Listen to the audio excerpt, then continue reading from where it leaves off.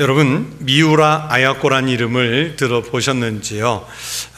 일본이 배출한 세계적인 여류 작가이신데 우리나라를 비롯한 전 세계에 그분의 이름을 알린 것은 빙점이라는 작품을 통해서입니다. 이분은 일본인으로서는 참 드물게 아주 독실한 그리스도인이었습니다. 저는 이 빙점을 읽어보지는 않았지만 미우라 아야코 여사의 책 중에 빛이 있는 곳에서 길은 여기에 이런 신앙서적들 몇 권을 좀 읽어봤습니다. 오늘 믿음의 기도에 대한 설교를 준비하면서 제가 한 20년 전에 읽었던 기도해 보시지 않을래요? 라는 책을 생각이 나서 다시 꺼내보았습니다. 그 당시에 제가 그 책을 읽으면서 감동해서 줄을 쳐놓았거나 또 색테이프로 표시해 놓는 그런 부분들을 보니까 그때 이 책을 처음 읽을 때 누렸던 그 감동이 다시 오는 것 같았습니다. 이 책에 제가 줄 쳐놓은 여러 부분 가운데 한 대목을 여러분에게 더 소개하겠습니다. 기도란 이상한 것이라는 생각이 든다. 아침에 일어나서 1분을 기도하는 사람, 5분을 기도하는 사람, 1시간을 기도하는 사람.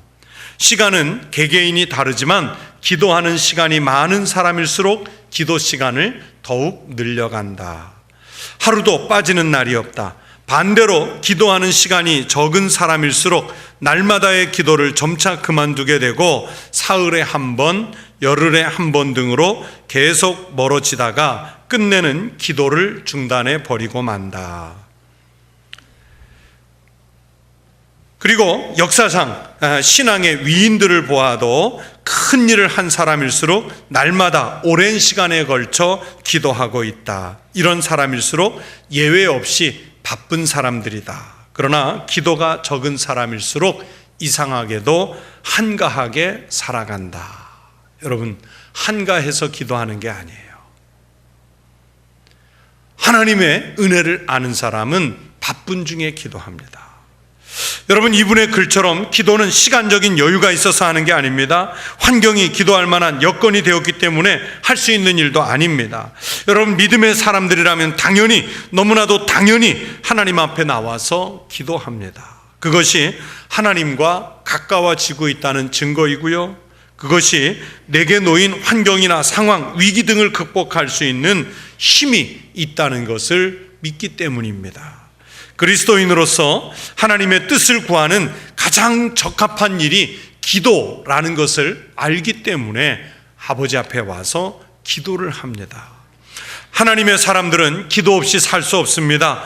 여러분, 기도야말로 연약한 우리를 위대한 사람으로 바꾸어 놓는 하나님의 능력인 줄로 믿습니다.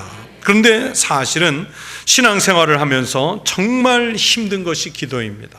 여러분, 기도는요 정말 어렵습니다. 하나님의 응답을 기대하면서 드리는 기도는 정말 힘이 듭니다.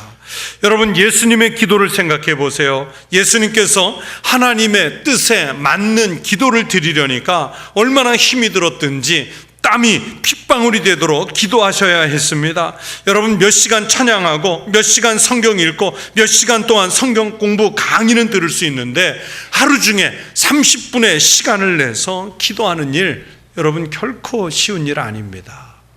그럼에도 불구하고 하나님의 사람들은 기도 없이는 살 수 없습니다. 기도는 그리스도인들이 하나님 아버지로부터 세상을 이기고 살 수 있는 힘과 능력, 영적인 양식을 공급받는 생명줄이기 때문입니다.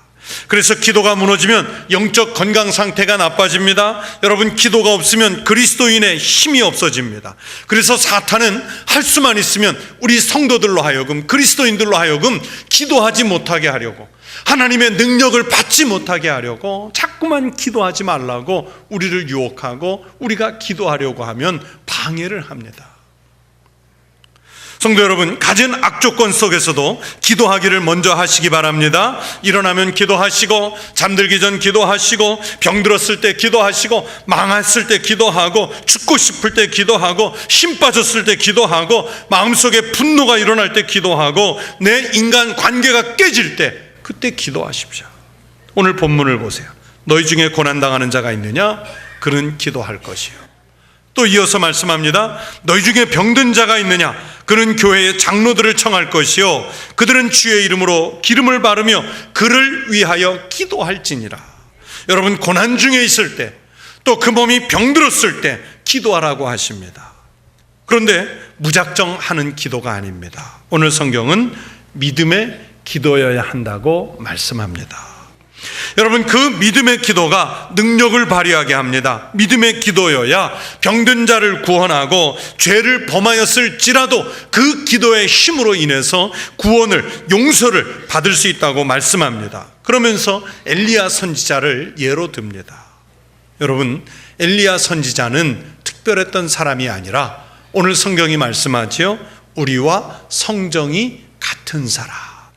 생각하는 발상이 비슷하고 욕망이 비슷하고 세상 살아가는데 힘겨움 느끼는 게 비슷한 우리와 성정이 같은 사람이었는데, 여러분, 그 믿음이, 그분이 믿음으로 비가 오지 않기를 간절히 기도했다고 합니다. 그렇게 기도한 결과 3년 6개월 동안 비가 오지 않았습니다. 또 다시 기도하니 하늘이 비를 주고 땅이 열매를 맺었느니라. 여러분, 성정이 우리와 같은 사람이 믿음으로 기도했더니 그렇게 응답을 받았습니다. 여러분, 이 믿음의 기도가 그래서 똑같은 사람을 특별한 사람과 특별하지 않은 사람으로 나누는 기준이 됩니다. 능력이 있는 신앙인과 능력이 없는 신앙인으로 구분하는 기준이 됩니다. 여러분, 특별한 은혜를 기대하십니까? 그러면 기도하십시오. 믿음으로 기도하십시오. 반드시 응답해 주실 줄로 믿습니다. 그런데 기도하면서 느끼는 마음이 있습니다. 굳게 믿는 마음으로 열심히 기도하는 것 같은데 아무런 변화가 없으면 그 기도는 힘을 잃습니다. 많이 기도하는 것 같은데 여러분, 기도하는 것마다 줄줄이 응답하지 않으면 그 기도 생활에 맥이 빠집니다. 여러분, 아주 급할 때 집이나 가족들에게 전화를 했는데 안 받아가지고 답답했던 경험이 있지요. 마음이 답답하고 급해서 하나님 계시는 하늘집으로 기도를 통해 전화를 하기는 하는데 하늘집에 아무도 안 계신 것처럼 응답이 없습니다. 집으로 전화를 하다 안 되면, 또 식구에게 전화를 하다 안 되면 도대체 어디들 간 거야? 그리고 손에 전화기는 왜 들고 다니는 거야? 그러면서 마음에 짜증이 날 때가 있어요. 여러분, 기도도 그렇습니다. 내가 열심히 자주 하는 것 같은데 응답이 없으면, 그렇게 하다가 지치면 그래, 기도가 무슨 소용이야, 내 힘으로 하지, 그렇게 불평을 하다가 기도 생활 자체를 포기해버립니다. 그런데 사실은 기도 응답을 받지 못하는 이유를 들여다보면 거기에는 분명히 여러 가지 원인이 있습니다. 많은 그리스도인들이 하나님의 음성을 듣는데 실패하는 이유는, 다시 말하면 기도 응답을 받지 못하는 이유는 삶 속에 준비가 되지 못한 문제가 들어있기 때문입니다. 오늘의 바른 믿음의 기도 생활을 위해서 기도가 응답되지 않는 중요한 원인 몇 가지를 말씀드리려고 합니다. 여러분, 이 말씀을 듣고 잘 점검해 보시고 기도할 때마다 더 열심히 기도하셔서 응답을 경험하고, 그리고 그 응답으로 인해서 기도가 정말 재미있어지는 그런 영적 체험이 있으시기를 바랍니다. 여러분, 기도가 응답되지 못하는 첫 번째 이유는 기도하지 않기 때문입니다. 아니, 이 무슨 말씀입니까? 그런데 사실입니다.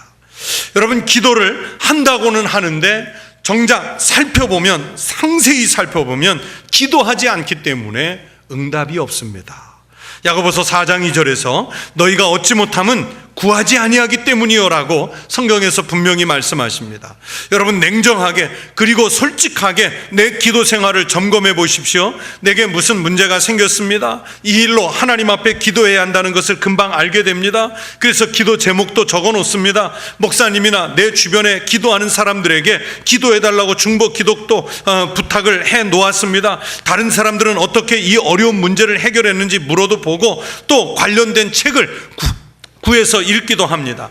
또 그 문제를 해결하기에 가장 좋은 전문가나 능력이 있는 사람을 찾아가서 도움을 구하기도 하고 상담도 받습니다. 늘 그 문제로 인해서 마음이 불편하고 또 문제가 마음속에서 떠나지 않습니다. 하나님께서 해결해 주셔야만 해결될 것이라고 하는 믿음도 가지고 있습니다. 그런데도 마음이 시원하게 해결되지 않습니다. 왜 그렇습니까?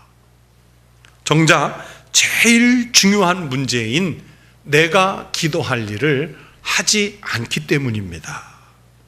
구하지 않기 때문입니다. 찾지 않고 두드리지 않기 때문입니다. 그래서 저는 그런 영적인 상태를 이렇게 말하고 싶습니다. 사람들은 기도만 빼고 다 한다. 뭐만 빼고요? 기도만 빼고. 기도만 빼고 다 해봅니다.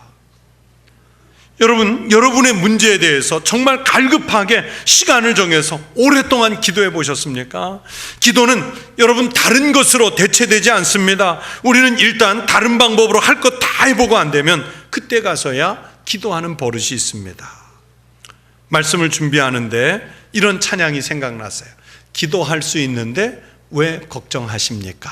그런데 반대로 무슨 노래가 거꾸로 가사를 붙여보니까 이런 가사가 되는 거예요.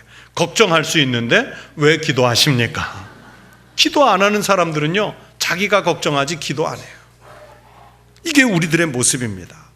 내게 필요한 것을 얻기 위해서 누구의 도움 없이 죽어라 하고 혼자 노력할 수 있는데 왜 기도해야 되죠? 기도 없이도 내가 지금 잘 살고 있는 것 같은데 왜 기도해야 되지요? 그렇게 반문합니다. 그건 아니죠. 여러분, 기도하는 사람 기도하시면 응답되는 줄로 믿습니다. 믿음으로 기도하십시오. 당연한 말씀이지만 믿음을 갖고 기도하면 응답이 있을 것입니다.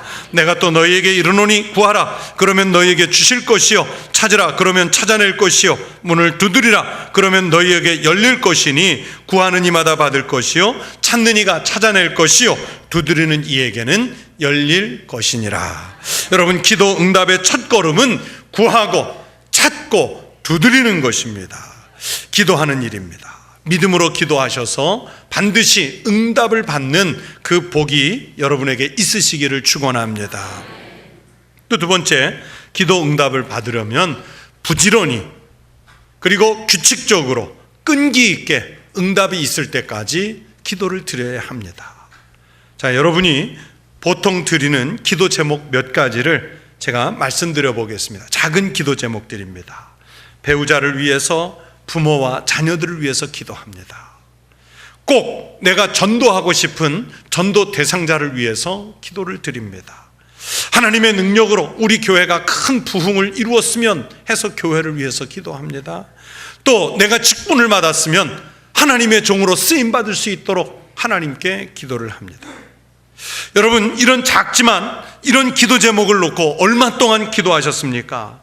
오늘날 우리 한국교회가 왜 그렇게 감소하고 갑자기 힘을 잃는 위기 앞에 놓이게 됐습니까? 여러분 생각해 보세요. 저의 진단은 기도가 줄면서 그렇다. 기도가 줄면서. 요즘 우리 교회 많은 성도들이 저에게 또는 주변에 우리 교회 분위기가 요즘 힘이 있고 많이 바뀌어 갑니다. 그렇게 인사를 해요. 여러분, 어디서부터 바뀌는 것일까요? 제가 볼 때는 성경을 읽고 정말 열심히 기도하는 것 때문이라고 생각하고 그렇게 믿습니다. 여러분, 지난 금요일 저녁 안 와보신 분이 많지요. 여러분, 지난 금요일 저녁 금요 기도회에 이 예배당을 채웠습니다. 이건 하나님 은혜입니다. 하나님 은혜. 여러분 생각해 보세요. 하나님의 말씀을 열심히 읽는데 왜 안 바뀌겠어요?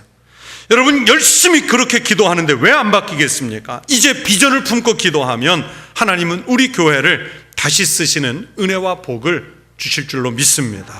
여러분, 기도하는 사람들이 있는데 변화가 없다면 오히려 그게 이상한 일 아닙니까? 그것이 잘못된 것입니다. 여러분, 기도하는 곳에는 변화가 일어납니다. 기도하는 사람은 바로 그 변화의 주체가 됩니다. 기도하는 사람이 응답을 많이 받아야, 그래야 신앙생활이 신이 나고 교회 공동체가 활력이 넘치게 됩니다. 기도하는 사람이 응답을 받고 간증을 말할 수 있게 되는 것입니다.